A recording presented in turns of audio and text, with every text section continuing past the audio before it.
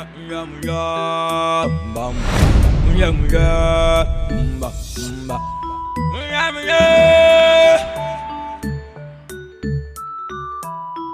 is game, ayo, this is game, ayo, this is game, ayo.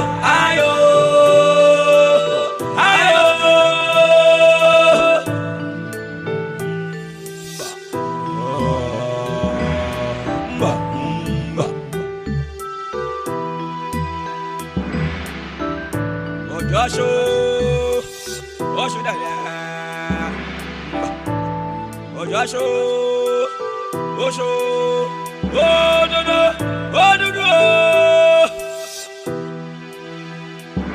Egbona ta lọ́jọ́ máa pa.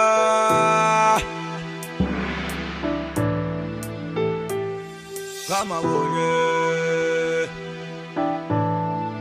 This is game. One tayo.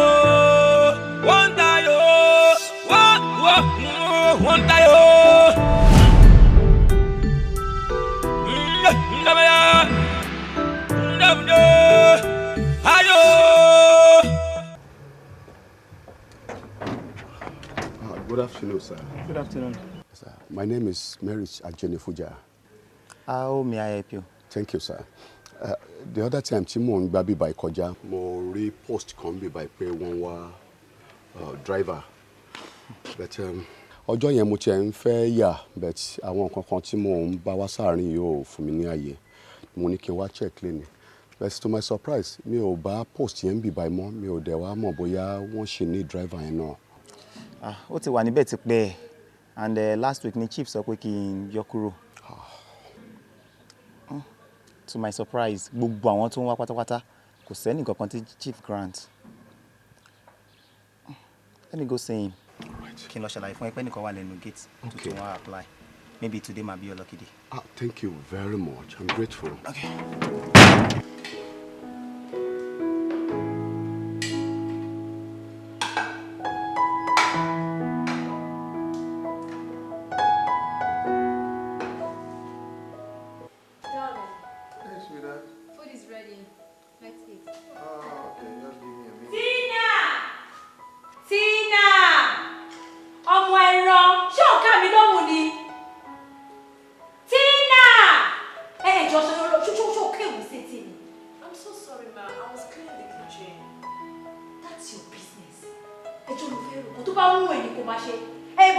There is no water on this table.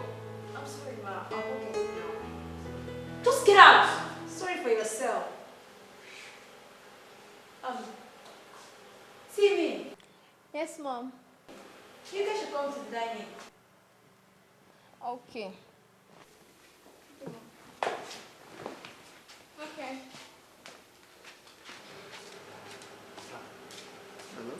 Oh, how are you? Fine, sir. Lórí tó fi gate sílẹ̀. Man kan ló wà lẹ́nu gate. Ó lóun fẹ́ apply fún posted driver yẹn. Mo wá ní kó dúró pé kí n wá ṣàlàyé fún yín bóyá ẹ lè employ. What's his name? Ó lóun Matrix or Mentic. Matrix? Oh, okay. Yẹ kó wọlé. Okay, sir.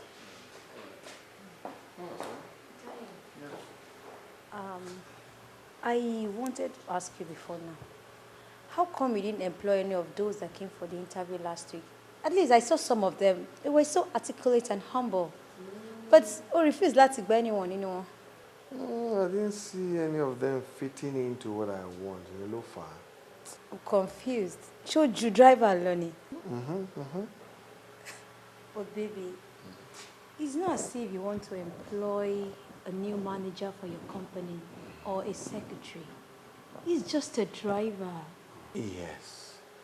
Driver lásán ni bẹ́ẹ̀. Driver tí ń bá máa gbà tó máa máa wá family mi. Ó láti jẹ́ driver tó dáa, tó wà articulate, tó dẹ̀ wà presentable, tó yẹ pé ibi tó bá wà wá lọ gan wọn ò ní mọ who is a driver, is a freeborn. You get anything? That's what I mean. More so, Simi Bonle and me, if I could take coffee with riffraff Kolagba as driver, you know? That's it. It's about Simi.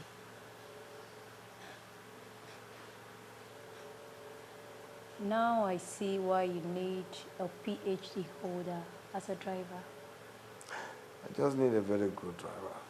That's all. A very, very good driver. Mr. Mary. Ayo.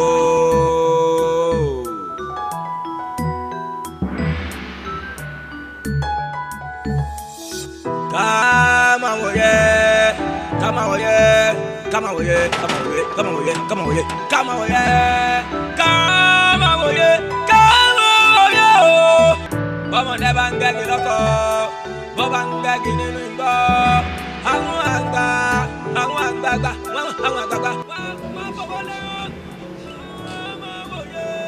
èmi náà rò náà pé merit ni wọ́n sọ lẹ́ẹ̀kan. Gbẹ́nu òṣì sàn. No, ṣé à ń dọ̀gì ni ẹni kí ló dé tó gọ̀ báyìí? Jọ́ta ló gbẹ́nu ẹ̀ sí ọ̀rọ̀ tó wà lẹ́yìn sí. I'm sorry, sir. Ṣé wọ́n ti ọwọ́ ẹ̀ bọ̀ ṣọ̀lọ̀ ni àyè kí ló dé tó gọ̀ bí taṣotaṣo? I'm sorry.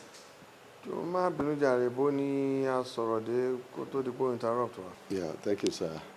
I am a Jaiye Kuti merit. I'm from Ibadan, but I stay here in Lagos. Mr. Jaiye Kuti, right? Yes. Good. How long have you been driving? Yeah, I've been driving for 7 years. Yeah, to be precise, sir. 7 years.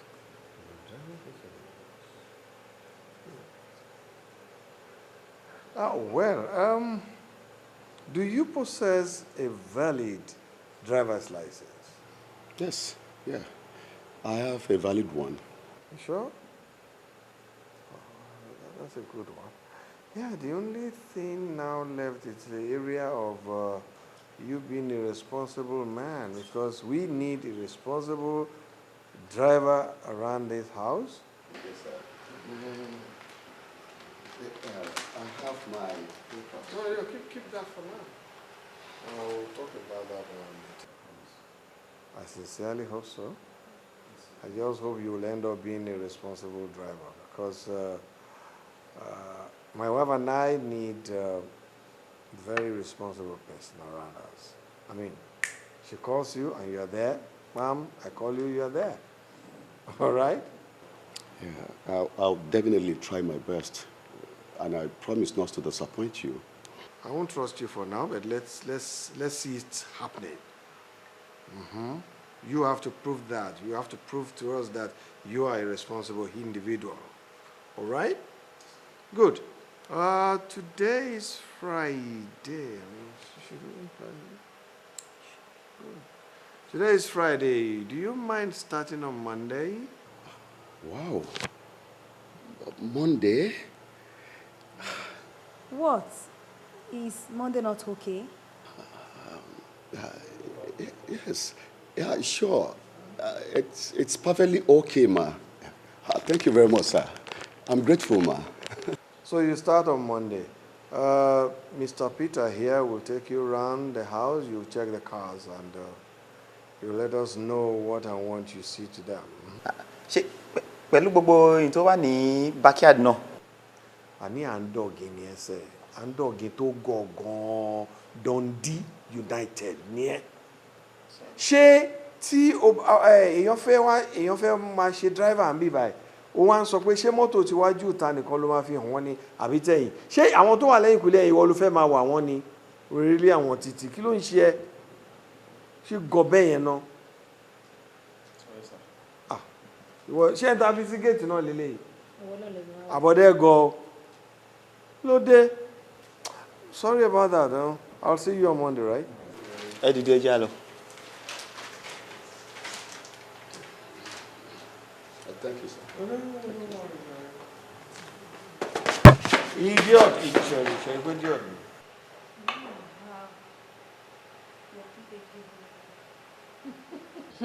Nígbà tí mo gbé oúnjẹ wá lánàá, ó ṣàrò pé mi ò lè dúró rárá. Mi ì fẹ́ kí bulldog tí ẹ gbé sílé kó máa pariwo. Bulldog tẹ gbé sílé ó máa pariwo. Ṣé yẹn wá ní ò jẹ́ kó o lè ní time fún mi? Even at that, ó yẹ kó o sì lè máa spend little time pẹ̀lú mi now. A kò dáa, ó yẹ kó mo pààrọ̀ kì í ṣòkúta. ẹ̀jẹ̀ ló ń ràn nínú ara tèmi náà wàá torí búdọ̀gì wèrè kan wàá I don't like it. Okay, mo ti gbọ́. Ọmọ kan tó máa ṣẹlẹ̀. Kí ni ẹ? When next tí madam bá pè mí, màá sọ fún pé kó jọ o, ó fún mi ní 2 hours pé mo ń bọ̀. Bí ìṣẹ́jú dá wọn lóhùn, màá ní pé mo fẹ́ lo little time pẹ̀lú ẹ̀. Mi ìran ẹni yẹn o má pa mí o má lé mi lẹ́nu iṣẹ́ o tó o bá ti fẹ́ léra ẹ lẹ́nu iṣẹ́ má lọ sọ fún madam kó fẹ́ lo 2 hours pẹ̀lú mi o wàá kọ́ gbọ́ níjọ́ kejì ni pé Peter gbà sack letter ẹnìyẹn. Mi ò ṣe yẹn o jọ̀ọ́ torí Ọlọ́run má kó bá mi o nǹkan tèmi kàn sọ ni pé kó fún mi ní little time kémi àti ẹjọ́ mo nídòru náà máa fún mi lẹ́gbẹ̀gbẹ̀ kémi náà máa lẹ́ra easy. Get ayo, this is game. Ayo, this is game. Ayo.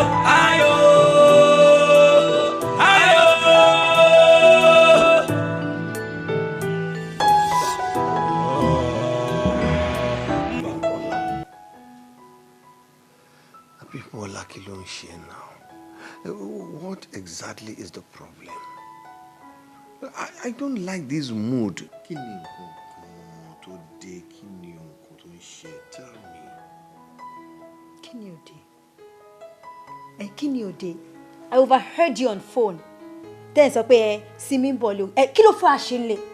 What's she coming for?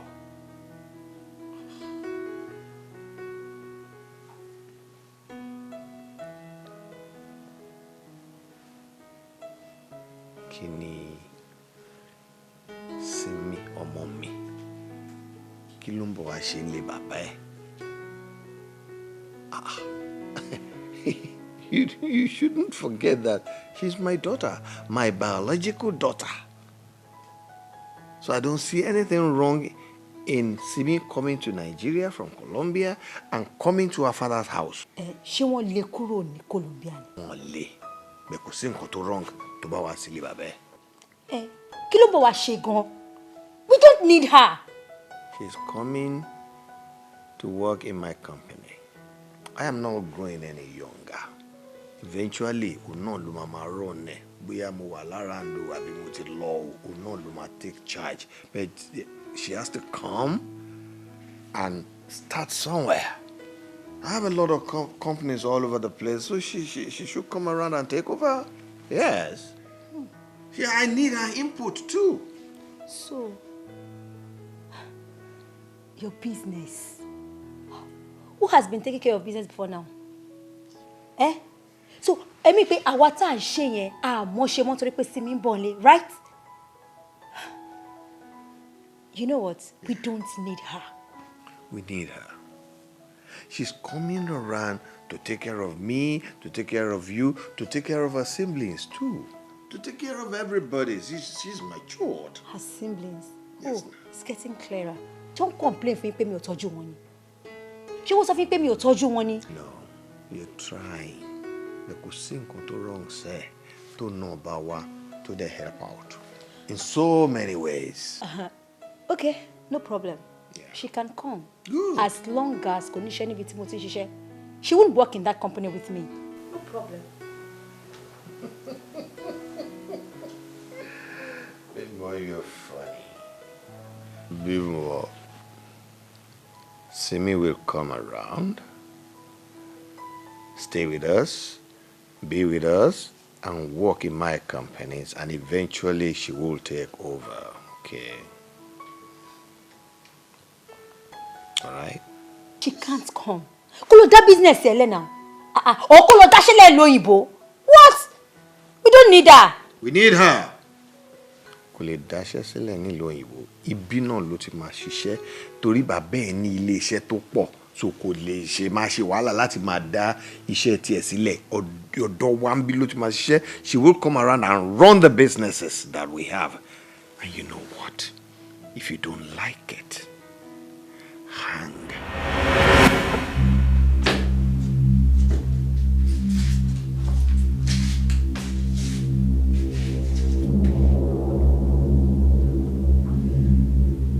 This is game. Ayo, this is game. Ayo. ayo, ayo. This is girl, ayo, ayo, ayo.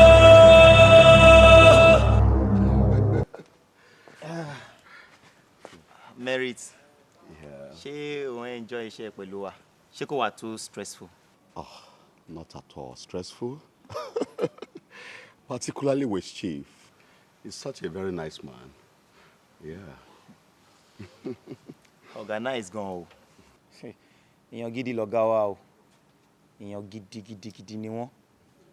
Ìyàwó wọn gan ìgbà tí wọ́n wà láyé, wọ́n kó gbogbo wa pọ̀ bí ọmọ tọ́ ni. Gbogbo ọmọ tí wọ́n dẹ̀ tún bí náà, ọmọ alálùbáríkà ni wọ́n. Àgàgà èyí tí wọ́n ń pè ní Simisola yẹn, ọmọ tó fi ń tọrọ ọmọ ni. Àwọn ọmọ yẹn dá gan. Ó mà ṣe o. Anyway, èmi náà dúpẹ́ lọ́wọ́ Ọlọ́run tí ó fi mí ṣe kòńgẹ́ olóríire ọ̀gá. Yeah. Alálùbáríkà ni wọ́n. Ṣùgbọ́n mo tún wá tún gbà ládùúrà kí Ọlọ́run fi orí jì ìyàwó ọ̀gá tó ṣaláìsí. Àmín o. Lóòótọ́ mi ò mọ̀ wọ́n. But from all I heard about her, she was a very good woman. She was. Wọ́n ní igi tó tọ́ kò kí n pẹ́ nígbó. Àwọn èèyàn gidi wọn kì í pẹ́ lọ. Ikú ìyàwó ọ̀gá mi dùn mí gan o. No. Take it easy. Take it easy. I understand how you feel. Ikú wọn dùn mí gan. Let's take it easy. Kí la fẹ́ ṣe?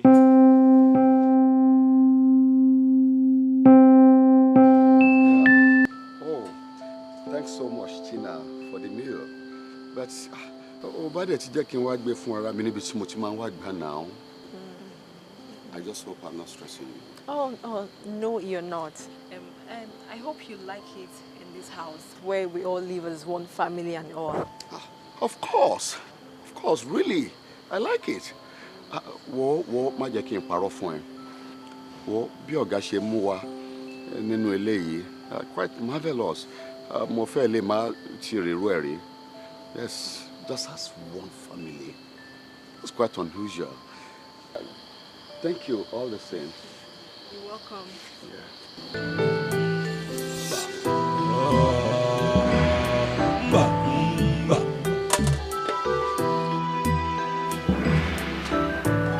Ojo Oṣù dàlẹ́.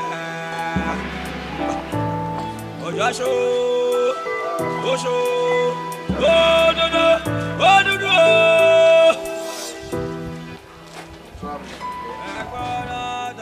And I want you guys to take care of the house. You should make sure you mount this gate. Nobody comes in. I don't want any Dick and Harry to come into my house. Unless, of course, tó bá jẹ́ ẹni tí mo mọ̀ or tí madam mọ̀. Otherwise, do not allow anybody. Okay, sir. All right? Okay, sir. If I come back and there's a report, a negative report about you, you can imagine what will happen to you. You're sacked. Àbí kò tiẹ̀ rìnrìn òṣì tó wáyé wá rìn lọ. Oh, see? No, me kì í rìnrìn burúkú mà. Irọ́ náà pa nìyẹn. No, sir. Fine. Merit. Yes, sir. I trust that you will take care of the cars, huh? Yeah, I'll do just that, sir.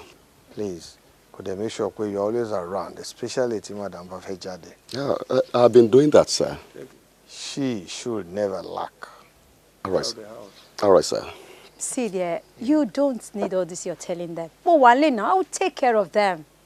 And you know, there is no time. I won't want you to miss your flight. Come on, let's go. Let's go. Warnings, none. Especially this people.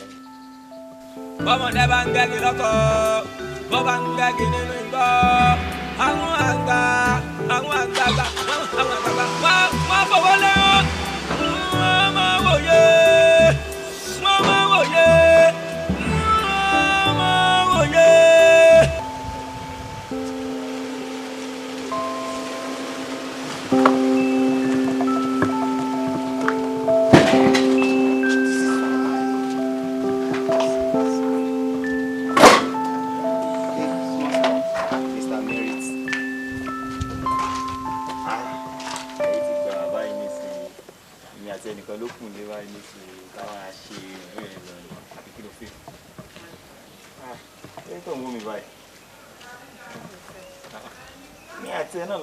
Take your filthy hands off me.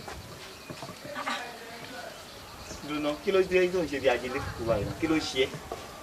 Kí ló ń ṣe ẹ́? Peter, just look at it. Ọ̀gá ò tí lọ tán, ó ti ṣe rádaràdá rédèrèdè nínú ilé. You just something else. Jọ̀ọ́ ṣe. Ọ̀jẹ̀ kí ló ń ṣe ọmọ yìí? Àtọ̀ rẹ̀ jẹ. Wo jẹ́ kí sáré pálẹ̀ kò lè jẹ́ àyà àwọn ọ̀gá tí lọ́ọ́ náà ṣe àṣà.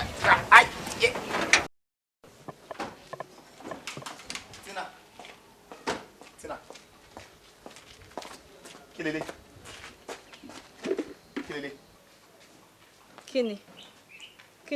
Kí ló jọ? Ṣé bó ń jẹ ẹ ni? Mo mọ̀ pé ó ń jẹ mi ni. Bọ̀ kí ló fà tó fi fẹ́ ẹranko sórí oúnjẹ fún mi? Kí ló fà tó fi fẹ́ ẹranko sórí oúnjẹ fún mi? Ìgbà wo nìyẹn bẹ̀rẹ̀? Kí ló yẹ tó change? Change? Sí ẹ? Really? Mi ò mọ bóyá mood mi lè ní. Ó lè dọ̀la kí attitude mi change sí ẹ. And as for the food, tó bá ti mọ̀ pé o wà comfortable pẹ̀lú ẹran yẹn, bóyá kó lọ sókè kó lọ sọ fọ́gà, tó bá ti ready láti jẹ́ kí iṣẹ́ bọ́ lọ́wọ́ ẹ̀. Nísìnyí, Tina, ẹjọ́ kí ló fẹ́ fi eléyìí? Ìwọ tó jẹ́ pé tó bá wá sínú ilé mi, wàá kúnlẹ̀ wàá fi peg sí ni, tí wàá lólówó orí mi jọ jẹ́, ó ti wá di kó máa fẹ́ ẹran kan sórí oúnjẹ fún mi nísìn. A máa tún sọ o. Èmi ẹran kan. Okay.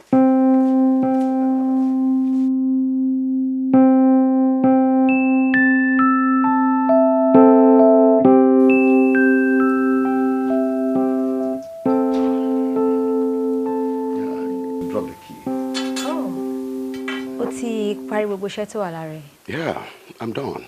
I'm done. I've only come to drop the key. Okay. Yeah, thank you. Mr. Merritt, please come. Sit down.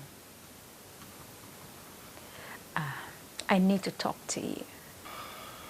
Yeah, all right. Mr. Merritt, mo kàn fẹ́ béèrè lọ́wọ́ yín pé if you enjoy working with us. Of course, madam. I appreciate the fact that we are seen as human. And we are treated as members of the same family. Really? Yeah. Mr.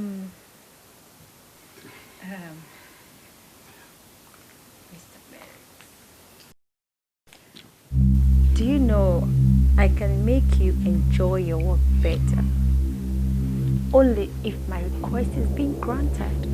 Yeah. Well, thank you so much, madam. I need to take my leave. That's fine.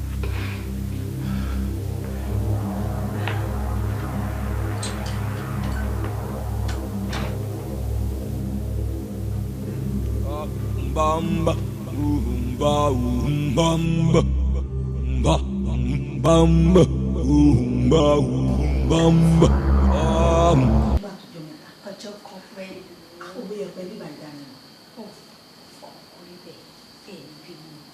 Mo busy díẹ̀ ni.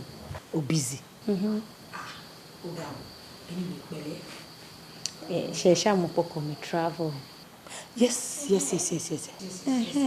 So I mean, mo manage business ẹ kó má bàa wọlé.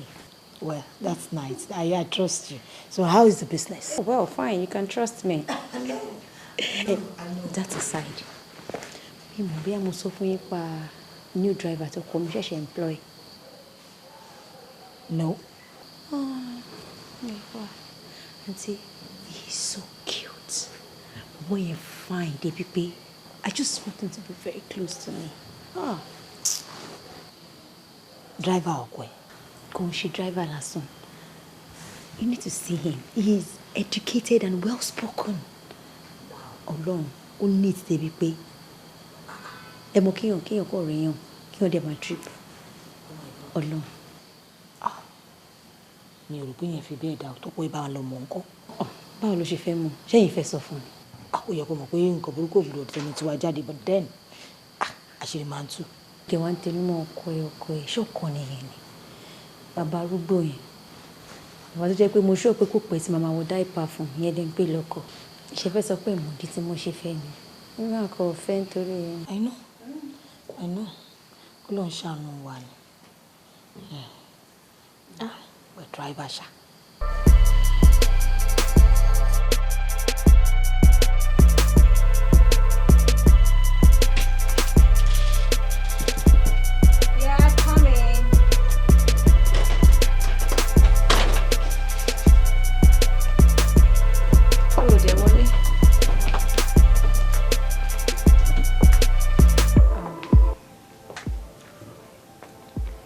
Mr. Merritt.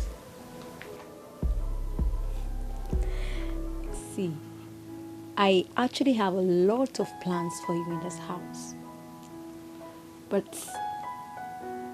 all that can happen only if you do not reject me.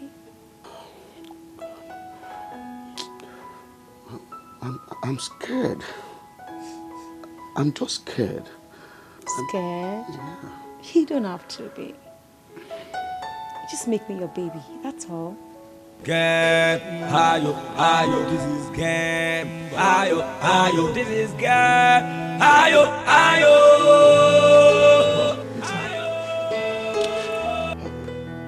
Ó ní ọ̀rọ̀ kan tí mo wá fẹ́ fi lọ yẹn. Kí ni? Torí àbúrò mi kan ló wá sọ fún mi wípé ìyàwó ọ̀gá òun ṣe ló ń dá òun láàmú lórí ọ̀rọ̀ fífẹ́ ò ṣe fífẹ́. Ó ló sá insist pé àfi kí àwọn jọ máa lájọṣepọ̀. Yeah. Àjọṣepọ̀. Exactly. According to him, ó ní ìyàwó ọ̀gá òun yẹn lówó gan-an. Yeah, that she's very, very, very wealthy. Aside from her husband's wealth, ẹni wà okay gan fúnra rẹ̀. But problem tó wá wà ń bẹ̀ ni pé ọkọ ẹ̀ tí à ń sọ yìí ex-military man ni. Bí ti tọ̀gá wa. Exactly. Ìyẹn lé o. Exactly. Ni mo fi wá sọ fún pé ó ń láti fún mi ní sùúrù díẹ̀ kí n fi lọ one or two other people so kí n tó lè wá sọ fún nǹkan tí ó máa ṣe. Mo ṣe wá fi lọ ẹ̀. Nǹkan tẹ́mi kọ́ rí ń bẹ̀ ni wípé ó ní láti gbà fún ni because tí ó bá gbà fún ìyàwó ọ̀gá yẹn lè lọ kó ba lọ́dọ̀ ọ̀gá epo fẹ́ rape òun ni. Ìpè kó gbà fún kí wọ́n jọ máa jáde. Yes. Ó máa gbà fún ni. Ṣé o dẹ̀ rò pé right decision nìyẹn ṣá? Tí o bá ti fàkóbá right decision ni. Ṣé ìyàwó yẹn fẹ́ lọ sọ fọ́gẹ́ yìí pé òun bá ọmọọṣẹ́ ẹ̀ sùn ni? Ìgbà tóun náà kì í ṣọmọ kékeré. Ó máa gbà fún náà ni tí ó bá fàkóbá. Auntie, you need to see that guy. He's so cute and handsome. Lóòótọ́. Telling you. I can't wait to see him. Yeah, good afternoon, madam. Good afternoon. Yes, ma'am. Okay. Yeah, the Auntie, meet Mary. Oh. That's my aunt. How are you? I'm fine. Well, good to see you. Very well. Our name, ma. Yes, ma'am. Ẹ kú ọjọ́ mẹ́ta, ma. Àwọn ọmọ kọ́, ma. Ẹ ṣé gbogbo ẹ̀ lọ dédé. Yes, ma'am. Dúpẹ́ fọ́lọ́run. Mary. Yes, ma'am. You can leave. All right, ma. Tó bá ti lọ máa pè ẹ́. All right, ma. Leave now. Yes, ma. All right. All right. Yes, ma.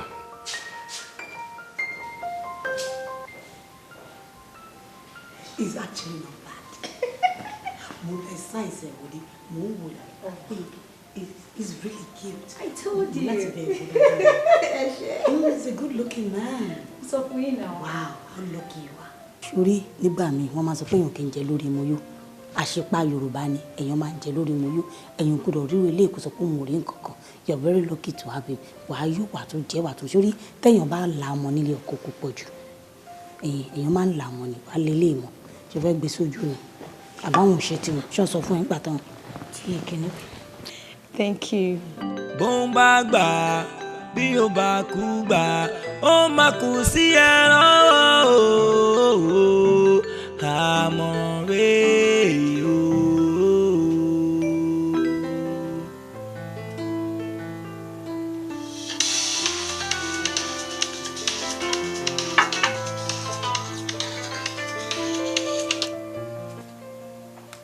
Hello.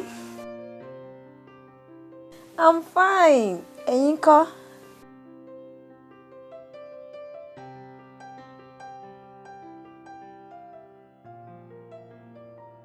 Kì í sọ fún Merit kó lọ pick Simsola airport. Kò ní lè lọ. Because I sent him on an errand already. Ṣé Simsola lè find where ni? Àbí ṣọmọ kékeré ni? She should take cab or something.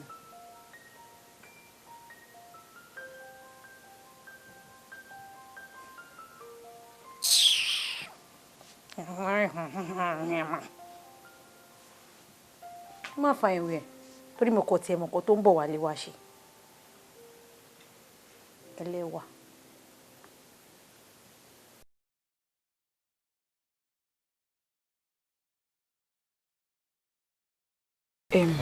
Ẹ ṣé gan. Báwo la máa ṣọ̀rọ̀ owó ń sìn because mo ní cash. Mo lè ṣe transfer for me. Okay, better. Bank wo lẹ ń lọ? GTB. GTB, okay. Account number? 000. Okay. 77. Okay. 24096. Okay.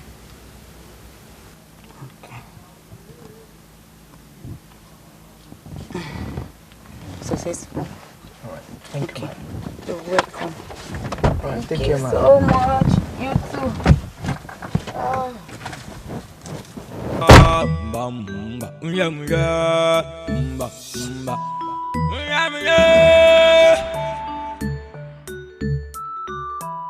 This is game, ayo. This is game, ayo. This is game, ayo.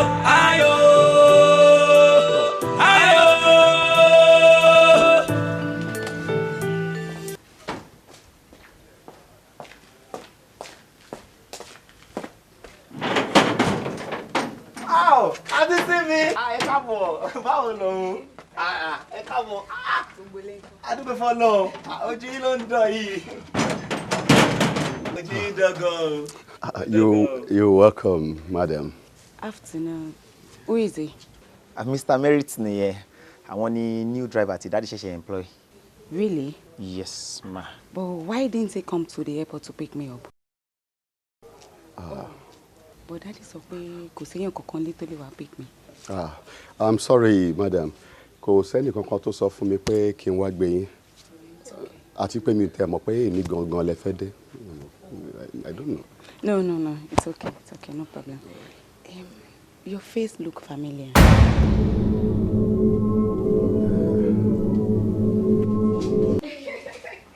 Careful. Surprise. Wow, it's cool. Very fine, thank you, ma.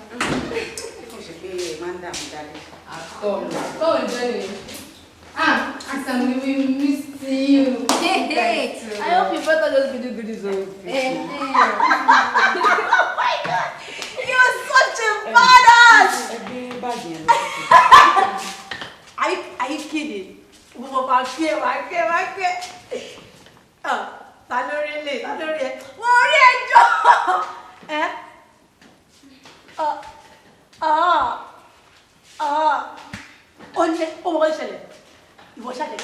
Let me call you. Of course I will. Why won't I? Come on, Uncle. Uncle, accept your rice.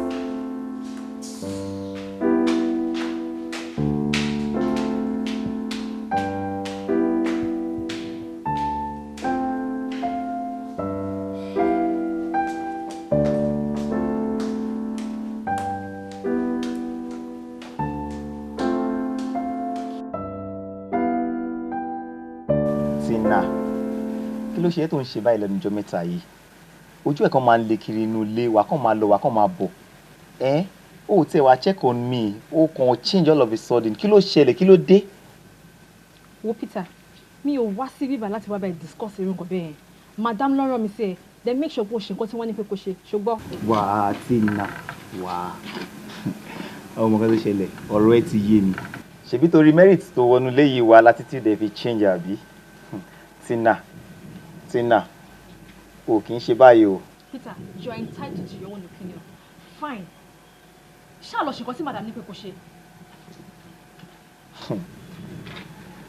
Tina, pẹ̀lú gbogbo nǹkan tó ń ṣe yìí, inú ilé yìí ó máa lágbára fẹ́mi àti ẹ o.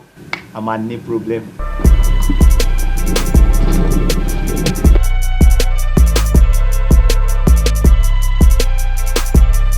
You see, anytime tó bá lè máa satisfy me by, ní problem rárá. Like, I will do anything for you. Anything at all. Thank you very much.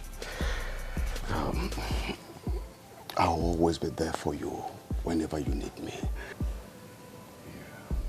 Thank you.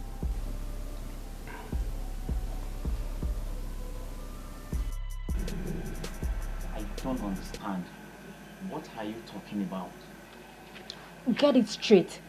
I am no longer interested in whatever tó bá pè mí àti ẹ̀pọ̀. Mo ní mi ò ṣe mọ́, ṣé tí ń dùn ẹ́ ni? Oh, ṣé kí ni mọ́? After many years, Tina. I wasn't counting. Okay, mo ti get it. Torí merit ló fi gbogbo wa tó ń wí. Ṣé merit, Tina? Kí ló ń ṣe ẹ́? Kí ló ń ṣe ẹ́? Kí ló ń tó ń dísẹ́fà rẹ̀? Merit ò ní ẹ fẹ́, merit ò lè fẹ́ ṣe nǹkan kan. Ó kàn fẹ́ jẹ́ lórí lásán ni. Mo ìgbà àti merit ti wọnú lé. Ló ti ń ṣe bó ṣe ń ṣe, ló ti put up attitude òṣì. Because of merit, Tina, má regret the action ẹ̀. Ṣùgbọ́n mi. Tina. Tina.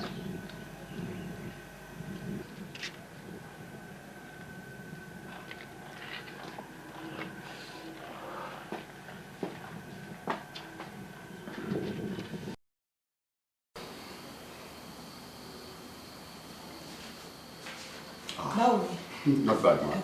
I can't As she just left, she had one urgent call like that. She had to run. Really? Yes. But she asked me to come pick her here. No. So I said she had an urgent call. So she had to run. Anyway, it's all right. Thank you very much, ma.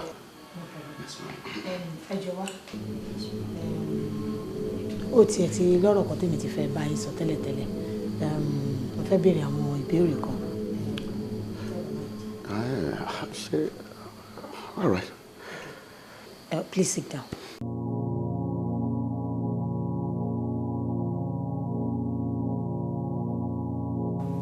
Simisola, I am warning you. Shuri, this is my husband's house. And this is my father's house. Really? So be careful. Someone that is old enough to be your father. Baby me. Shuri, orí ẹ ò pé o ní ojú tì rárá. O lè ní ẹ nítorí ogún ológun ló ṣe wá sí bíbá. O dẹ̀ lè rí nǹkan kan nínú bíbá yìí.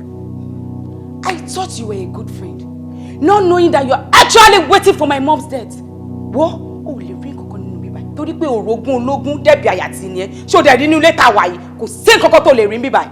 Jọ, ṣé Colombia tó lọ yẹn? Ṣé wọ́n kó ọ̀pọ̀ rẹ̀ dànù níbẹ̀ ni? Àbí mi mo pa ìyá ẹ ni? Yes, ṣé mi mo pa mọ́ sí ẹ ni? Aláìtìlẹ́kọ̀ọ́. Ṣó ti rí pé orí ẹ̀ ò pé? Ṣó rí pé ó ti ya wèrè? Tó bá yẹ pé ò ya wèrè ni, ò ní máa sọ̀rọ̀ sí àgbàlagbà. No, ò ní máa sọ̀rọ̀ sọ́kọ ọ̀run. Ò dẹ̀ ní ẹ. Simisola wọn ọkọ mọ́ sí ẹ ní pé. Wọn kọ́ àwọn bàbá ẹ̀. Wọ́n kọ́ àwọn ìyá ẹ̀ ń jẹ́ wọn. Torí ìyá ẹ̀ ni mo jẹ́ òun já wèrè. Ó ti já wèrè. Ó ní pé òun ní ẹ̀kọ́ níwọ̀n.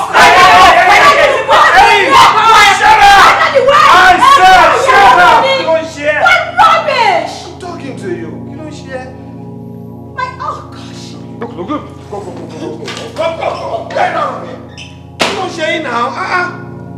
No, kí ló fariwo ń sìn. Ojoojúmọ́ lẹ máa ń jẹ. What is the problem? What has been the problem? Now, tell me, what happened? Ajá tẹ́ gbé sínú ilé ni kẹ́ béèrè lọ́wọ́ nǹkan tó ṣẹlẹ̀. Oh, you shut up. You don't talk about my wife like that now. Stepmother any now, for God's sake. You have to give her respect. The kind of respect to my for no, because my mind was your why. Can't talk like that. So you don't share. Kitty to so anything. Stepdaughter. Mommy. Wo àwọn ẹbí mommy ẹ àti mommy ẹ nínú grave. Òun lájà. No. Yes. Please. Don't let us talk about the date like that. I mean, please. Now, kí ni nǹkan tó ń ṣe ẹ̀yin méjèèjì báyìí now? Sweetheart, can I see you upstairs? Please. Upstairs, sweetheart. Please. Okay, after you. No. I'll be right behind you. Let's go. Come on.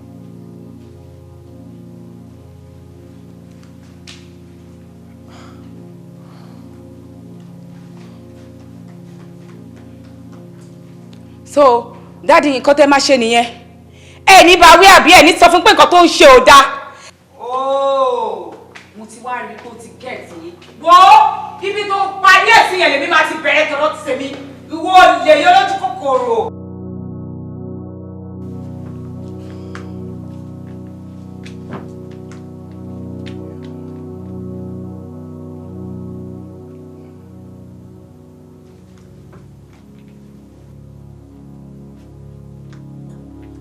What the hell is happening?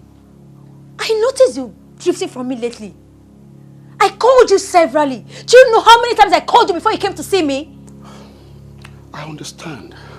I know exactly what you're talking about. It's just that I'm not comfortable with Chief around. Besides, Simisola is around. Who knows who might nab us? And I don't want that to happen. That's it? Yeah. You should have told me. This is what we'll do. Do you mind I get somewhere outside for us to see? What about that? All right. Okay.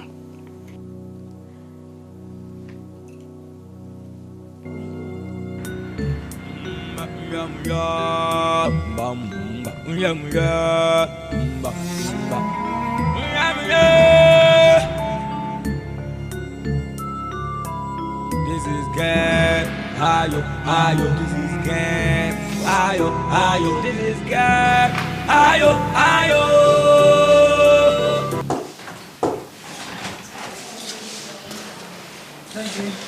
Yeah. Good morning. Good morning. You sent for me. Yeah, I did. Listen now. Simisola mi Àyìnkẹ́. Àyìnkẹ́ ọmọ agbọ́nmágbọ́n tán ọmọ àgọ̀mágọ̀ jù. Simisola ṣe bí ẹni gọ̀ wọn mọ̀ pé ṣe ló ń díbọ́n. Ọmọ ẹkùn láàfin. Ọmọ àlè téńté jọba. Simi. Ǹjẹ́ a rí nǹkan kan láyé yìí bó ti wù kó tóbi tó tí mi ò lè gbà lọ́wọ́ ẹ? Rárá, kò sí. Kò sí. Ẹ ṣé. Nǹkan kan wà tó wà lọ́wọ́ ẹ tí mo fẹ́ kó fún mi. Mo fẹ́ gbogbo nǹkan tí ó bá jẹ́ tó ń fa ìjà láàrin wa àti Bímbọ́. Mo fẹ́ ká rí wọ́ ẹ̀bọ̀lẹ̀ kó fi yá mi. Kí nǹkan tí ó bá jẹ́ mi ò fẹ́ ìjà nínú ilé yìí mọ́. Torí bẹ́ẹ̀ ṣe máa ń jà lọ́tún tẹ́ máa ń jà lọ́sí tẹ́ máa ń jà every time. Ó máa ń fún èmi ní concern. Mi ò dẹ̀ fẹ́ kó dé point tó máa fi dá àárẹ̀ sí mi lára. Torí mo máa ń rò. Mi ò ní mẹ́ni tí máa lọ bá. Tí n bá lọ bá ẹ, wá nítorí pé ó jẹ́ ọmọ ẹni. Tí n bá lọ bá ọ, wá nítorí pé ó jẹ́ ìyàwó ẹni. Ìwọ ni mo dẹ̀ lè pè láti bá sọ̀rọ̀ torí ìwọ lè jẹ mí. Is there a way to forgive Bimbo? Whatever she must have done to you, whatever, tí ò ní sí jàmọ́nú lé tó ẹ pé ẹni pick on each other again, whatever it is tí ò bá ṣe, wàá kàn wò tí bàbá ẹ, wàá dẹ̀ forgive ẹ, wàá forget, kò ní sí jàmọ́ because ṣórí ìjà yín tẹ̀ máa ń jà lẹ́mẹ̀wá yẹn, ó fún mi ní problem. Ìyàwó lè lọ, ọmọ mi ò lè lọ. Please, gbogbo nǹkan náà tí ò bá jẹ́, ẹ jẹ́ ká rí wọ́ ẹ̀bọ̀lẹ̀. Tó bá jẹ́ ṣẹ̀ ló ṣẹ̀, forgive ẹ. Alright? Daddy, kò ṣe pé èmi náà fẹ́ràn láti máa bàjà bí ká máa jà every time tí ọkàn tí náà ní fi balẹ̀. But I started disliking her ever since she found her way into your life. A ti wá máa gapá lé mi lórí nínú ilé bàbá mi. Mo dẹ̀ mọ̀ pé ó lè ní kò dé love yín o daddy, kò love yín at all nítorí owó tẹ ní ló ṣe wà nínú ilé. Ta ló tiẹ̀ mọ̀ gan bóyá òun kọ́ ló pa màmá mi. No, please. Má yẹ ká ronú bẹ́ẹ̀ yẹn. I mean, kò ní reason láti pa màmá ẹ̀ now. Kò ní reason láti pa màmá ẹ̀. Jẹ́ ká believe pé ikú màmá ẹ̀ ó kàn wà bẹ́ẹ̀ ni. Ó ń fẹ́ mi ní ìdùnnú. Àrídùnnú nìwọ náà jẹ́ fún mi as ọmọ. Bẹ̀tẹ̀ ó náà fún mi ní ìdùnnú. Because ever since tí òun ta ti ń jọ ní àṣepọ̀ tó ti ń kó délé mi, èmi náà rí pé ìgbésí ayé bí ìgbà tí wọ́n wà ní ìgbésí ayé tuntun ni. Ṣé you understand? So kò sí bó ṣe lè ṣe tó fi lè replace màmá ẹ̀ o, but at least ó dìbì kan.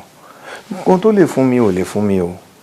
bẹ́ẹ̀ náà dẹ̀ ni pé nǹkan tí wọ́n náà lè fún mi kò láéláé kò lè fún mi gẹ́gẹ́ bí mo ṣe sọ ìyàwó máa yá lọ ọmọ èèyàn ní lọ síbi kankan bó ti wù kó burú tó ó máa dúró ti yàn ṣáàjọ nítorí Ọlọ́run whatever tí ó bá jẹ ẹ jẹ́ ká rí owó ẹ̀ bọ̀lẹ̀ kíjà máa sì mú káwọ̀ máa sì mú kí dùnnú máa wà kájọ máa láṣepọ̀ tó dáa torí èmi wà láàrin yín èmi ní kíní yẹn ń fún ní problem. Okay, Daddy, I will try and do that for you. Please, and God will bless you. Amen. My brothers will know them. Amen. Wish you well. That's all. Daddy, there's something I wanted to tell you. Okay. I'll look here. Part one last year. Okay. I'm getting married. You? Getting married? Yes, Daddy. Ṣé mo ti dàgbà ni? Hey, my baby is grown. You're getting married. I can't believe this. This is like a shock. Wow. Oh, so very ni. Hey, my baby is matured. One side of me is saying, it's a good news. Another one is saying, wow, my girl is getting out of the house. Oh, God. Okay. Now, where's the guy? When am I meeting him? Soon. Very soon.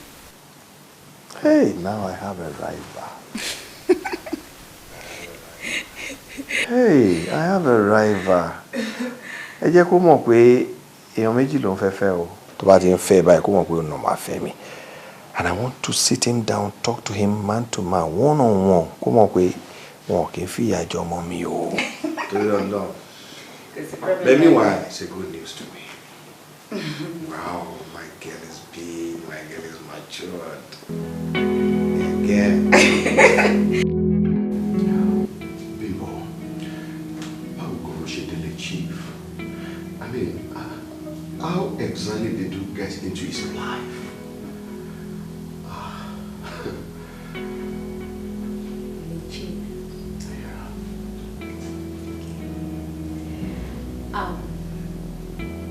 Simisola and I were very good friends. Like, we were very, very close. She got me a job into her daddy's company. I was working with Chief. Along the line, Simi's mom passed away. Chief came to me. He pleaded. He begged that I should marry him. And because I was very close to the family, I felt it was a very good request, and I accepted. That's it. Oh, that sounds very interesting. But, kí ló wá dé tí Simisola ò fẹ́ rí mi alátàn? I don't know! Like, wait.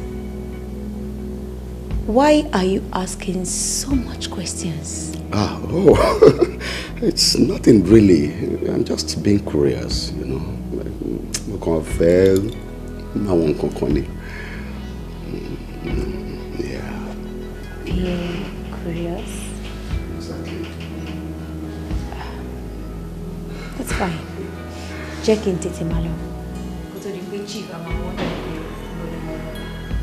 and come on, keep your baby a big out. What am I putting you? All right. Trust me.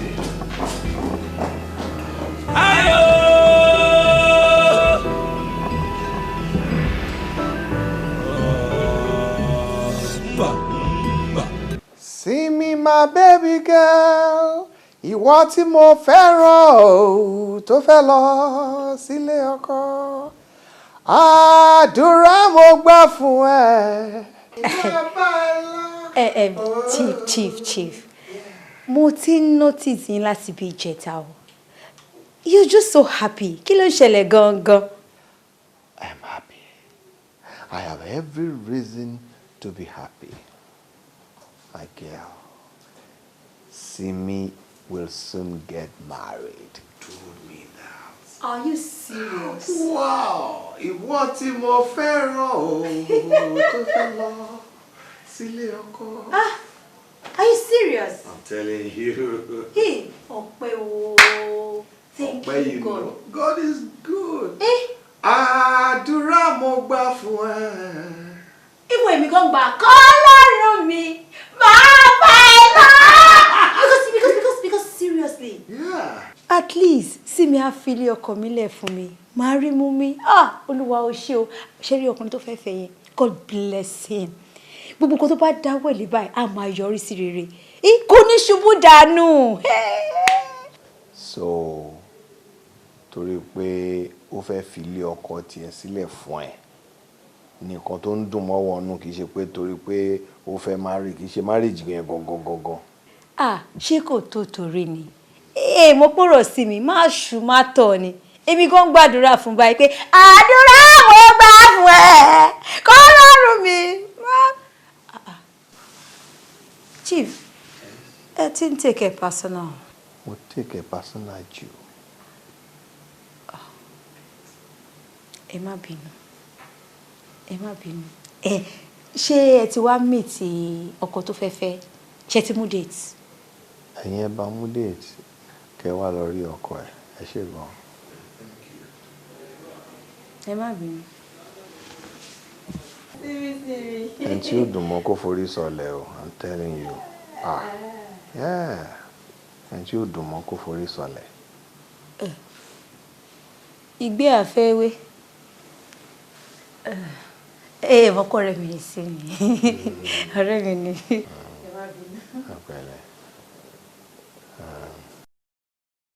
Yeah, Bimbo is still on her plans to kill me. No, I don't think so. Yeah, she's not. If she's planning anything, I will know.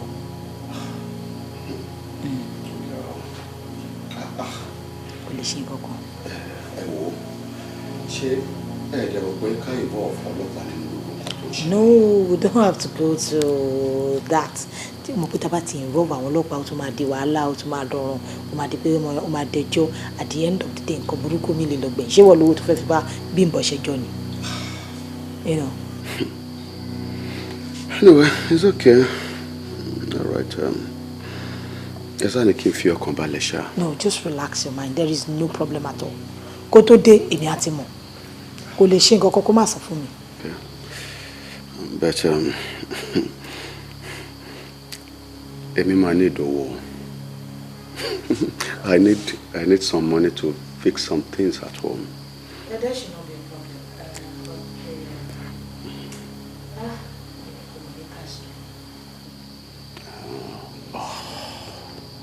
But jẹ́ kí n bá transfer. That's good. Thank you. Hey, Peter. Mo máa gbọ́ tí àwọn ọ̀gá ẹ̀ méjèèjì máa ń sọ pé Simisola ń bọ̀ wá ṣe ìgbéyàwó. Wọ́n ní pé láìpẹ́ láì jìnnà yìí ni ó máa mú ọkọ wá mọ bàbá ẹ̀. Ṣé lóòótọ́? Kí ló mú ìbá pé ṣé lóòótọ́? Ṣé èmi parí rọ́bẹ̀ yẹn fún ẹ rí ni? Ẹ̀rọ lọ́hùn. Ẹjọ́ ìjọ́ onírò lè bẹ̀rẹ̀. Ó lè bẹ̀rẹ̀ sí ni máa pa láti ẹni náà lọ. Irọ́ ń bẹ̀rẹ̀ anytime ní bóyá ó ti bẹ̀rẹ̀ tẹ́lẹ̀ ní nìyẹn.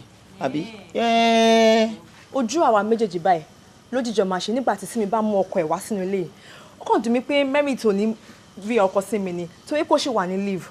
But ọmọkọ tó ń ṣẹlẹ̀, that's not even the issue now. Bimbola, she's just so happy. She's so excited that the girl is leaving her father's house for her. Jọ nítorí Ọlọ́run, báwo ni o ṣe ní wà happy? Báwo ni inú ẹ̀ ò ṣe ní dùn? Because àwọn méjèèjì ò gbádùn ara wọn rí látàárọ̀ dalẹ́. Àwa tá à ń gbénu lé gan-an àgbádùn ara wa. Ìjà nílé nì lọ́la bí ẹ̀pọ̀n àkọ́kọ́ jẹ ṣáwọn nìkan ni èmi ò ríru tí wọ́n rí o àfi bí ata àtọ́jú mi ti ẹ̀ mọ̀ pé táwọn méjì gan wá gbà lọ́wọ́ ara wọn and they used to be good friends. Kí ni wọn jọ dàpọ̀? Peter, mo ní kí ni wọn jọ dàpọ̀? Kí èèyàn tó jẹ́ pé ọ̀rẹ́ tímọ́tímọ́ ni àwọn méjèèjì that they are like siblings to each other. Kí ó wò sùsù kó ní pé òun ò rí èèyàn fi ṣe ọkọ àfi bàbá ọ̀rẹ́. Well, that's not even the issue. The issue is that Bimbola, who come and run you more every time. But you're not the king there. She has to do something about it. Kò kàn ẹ́. Ọ̀rọ̀ tó wà nílẹ̀ yìí kò kàn èmi gan. Kí ló jọ fi kàn àwa méjèèjì? Wo jẹ́ káwọn máa ṣe tiwọn, káwa náà máa ṣe tiwa. Nǹkan tẹ́mi tẹ̀lé béèrè lọ́wọ́ ẹ ni wípé ìjọ́ wo làwa méjèèjì gan máa ṣègbéyàwó láàrin ara wa. Àwọn náà ti fẹ́ ṣe tiwọn yẹn. Jẹ́ káwa náà ṣe tiwa. Get off me. Wo, ó dàbí ní pé ààrẹ ò yá. You're sick in the head. Wo, mo ti sọ fún yín pé mo ti ní ẹni tí mo fẹ́ fẹ́. And please stop disturbing me, okay? Ọlọ́run parọ́ ni. Òun parọ́ ni. Aago mi ló máa dẹ́gbẹ̀ẹ́ ẹgbẹ̀yìn. Ọ̀rọ̀ ẹ wo dé mọ́nú kúlà.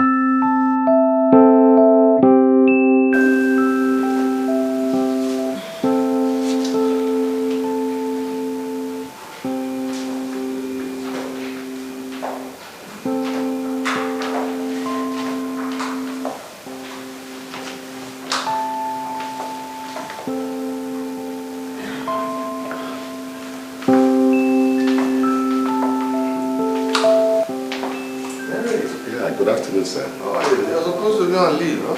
Yeah. Good afternoon, sir. Good afternoon. Oh, to first see me. Yes, ma'am. You're supposed to be on leave now. Sit down. Yes, sir. Only way I've had meeting. Yeah. So, This is the document.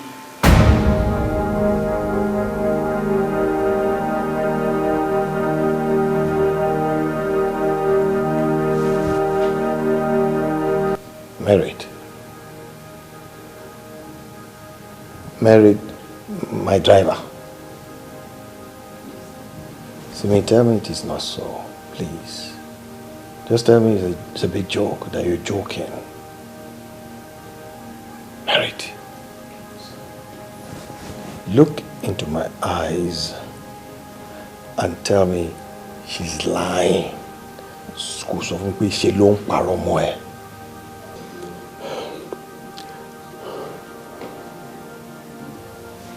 Tell me it's not so. Sọ fún mi pé irọ́ ló ń pa.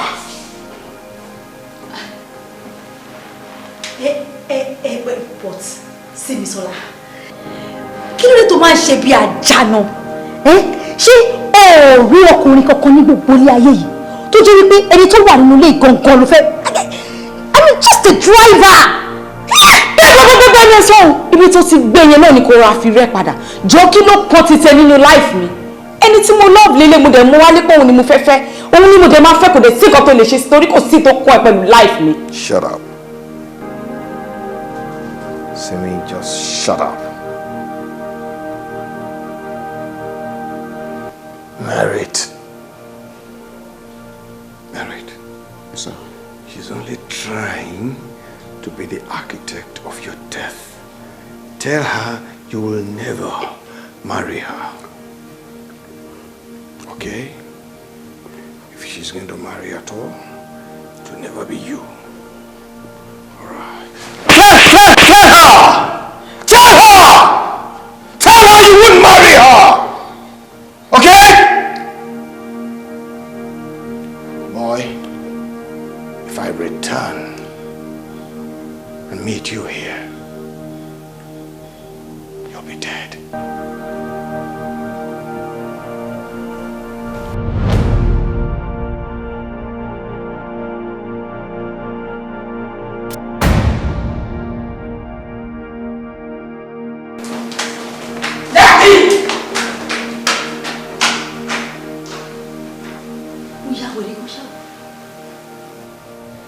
You're mad. So you were actually shagging her? You are dead. You are bad. Hey, Tony!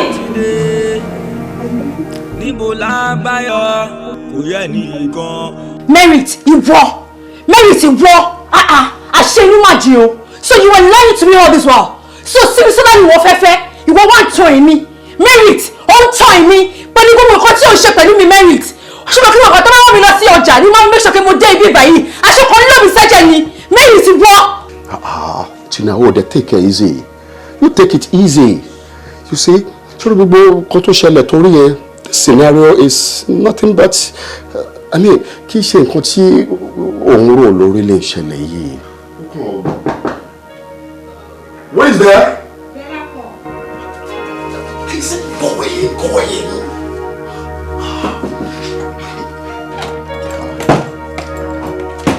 Adájú báwo ni? Ṣé dáadáa ni? Ṣé wà ókè? Not bad, fine. Ilé ṣé kò sí ìpọ́kọ̀ tó ṣílẹ̀kùn? Mo kàn try láti fix àwọn kankan nínú ilé ni. Nothing really. Mo wò bóyá. What are you doing with this now? Kí ló fẹ́ fi lè ṣe?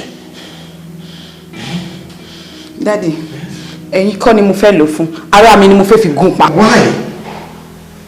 Why didn't you want me to marry Merit? That is who I love, and you sent him away! Yeah, I'm sorry, but the reason is this. Nígbà tó lọ fẹ́ introduce ọkọ sí mi, I thought you were talking about somebody from far off, somebody more important. Mi mọ̀ pé Merit driver mi tó wà ní àrọ́wọ́tó mi ló ń sọ̀rọ̀ ẹ̀. So that's the only reason. No, Daddy. Nítorí olórí burúkú yẹn lẹ ṣe fẹ́ gbà kí n fẹ́ Merit. Nítorí pé àtìgbà tó ti wọnú life mi ló ti ń pàṣẹ fún yín. Okay. It's Merit you want to marry. Yes, Daddy. Okay, I support you. Daddy, are you for real? For real. This is what I want you to do. You'll take me to him. Okay, so how do we go about it? I know his house. You know his house? Yes. Oh, okay, no, don't be buying here. No. Okay, Kajade. Anything, if there's anything to happen, you come kó jẹ́ ká máa lọ. Ó better fún wa. It's all right. Who is that again? Who are expecting? You respect anybody? People.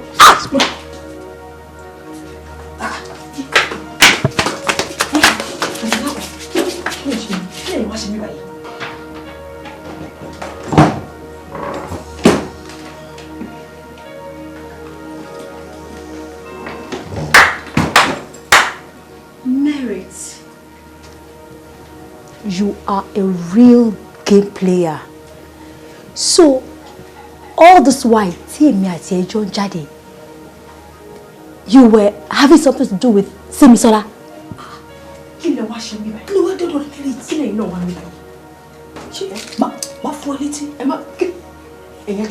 Ebi àti Simisola afẹ́fẹ́ra wa ni. We're not just dating. I'm getting married to Simisola. Èmi àti Simisola ti mọ́ra nígbà tá ti wà ní school now.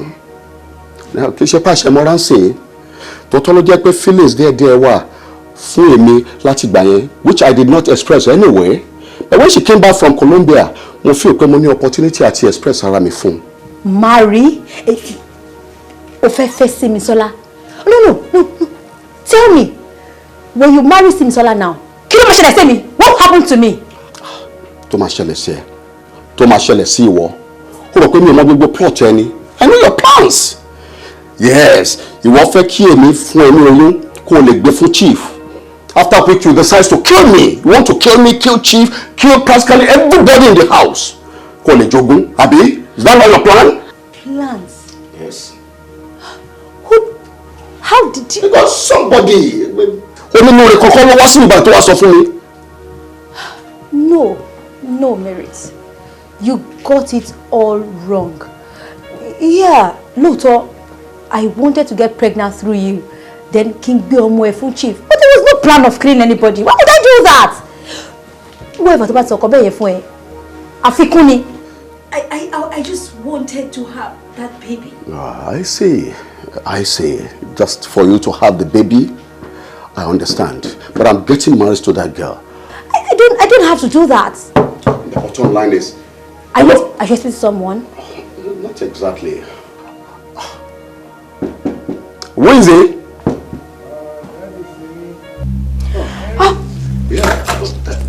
Yeah, chief. What is...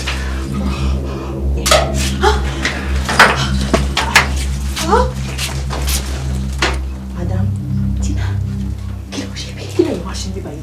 Ẹ̀yin àtàtì tó lápò, kí ló wá ṣe tó Merit? Meritoriously. Merit. Yeah. mi ìfẹ́ kó nọ́ọ̀sì ẹni fìlà. Má bẹ̀rù.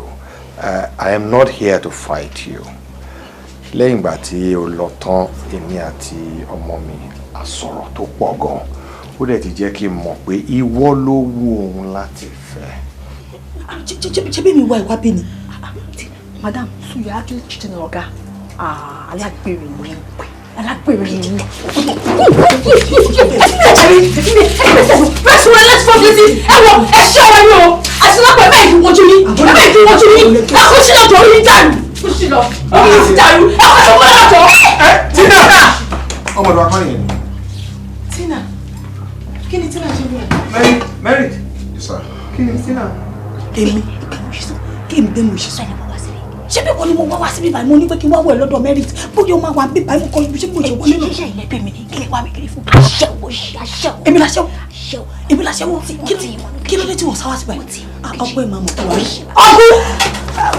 Má bíbọ̀ má jẹ́ kí wojú ẹ̀ o má jẹ́ kí wojú ẹ̀ rárá ọmọ òṣìṣì kọ́ máa bẹ́ẹ̀ máa sọ̀rọ̀ àbọ̀ lórí. Àwọn èèyàn ìwà mẹ́rin ni.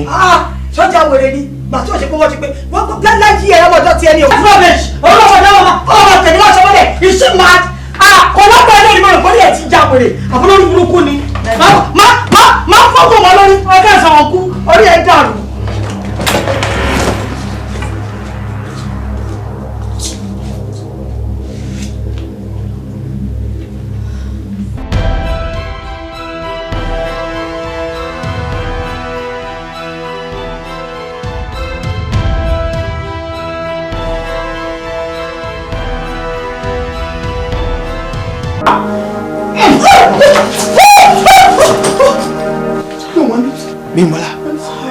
Bímbọ́lá, kí ló wá lé Merit?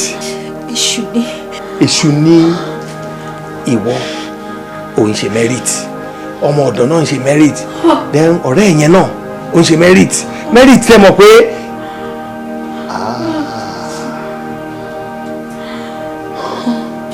Simi, do you still want to marry Merit? No, talk to me. Do you still want to marry Merit?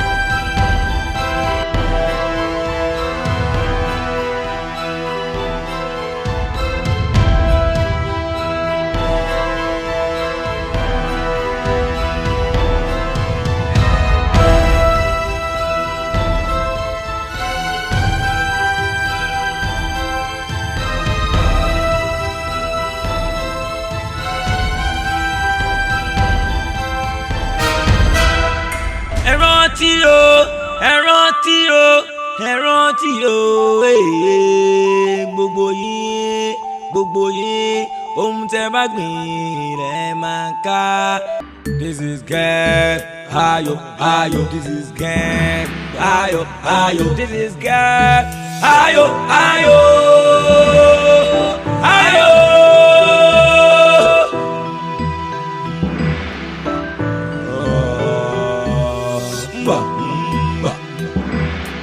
Network Mr. Merit,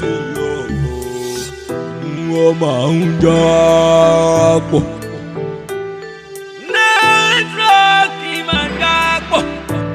This is gang, ayo, ayo. This is gang, ayo, ayo. This is gang, ayo, ayo, ayo. Mr. Man,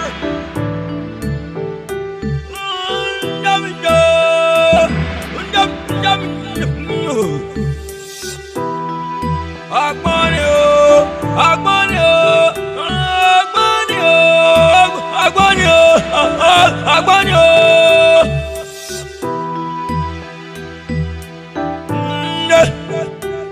Ndamungo.